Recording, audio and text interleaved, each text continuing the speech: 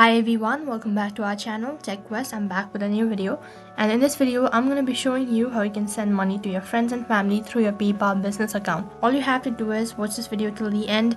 So without any further delay, let us get started. So first of all, you'll have to log in into your PayPal business account, and once you're logged in the bottom left corner of your screen you have an option as send. You have to tap on it. Next interface, you have to select the recipient to whom you want to transfer the money. So what you need to do is you have to either enter email address, name or mobile number, and if you see the contact list on the suggestion, then you have to tap on it. After you're done selecting the recipient, next interface you have to enter the amount that you want to transfer, and once you're done entering the amount, tap on the arrow icon located right at the bottom, and once you do that, next interface you have to confirm all of the information, and if you're sure about it, tap on send now, which is right at the bottom, and once you do that, you'll be notified that you've transferred money to this following person. So that is how you can send money to your friends and family through your PayPal business account. That is all for this video. I hope the video was helpful. Make sure to like, share and subscribe to our channel. Thank you for watching.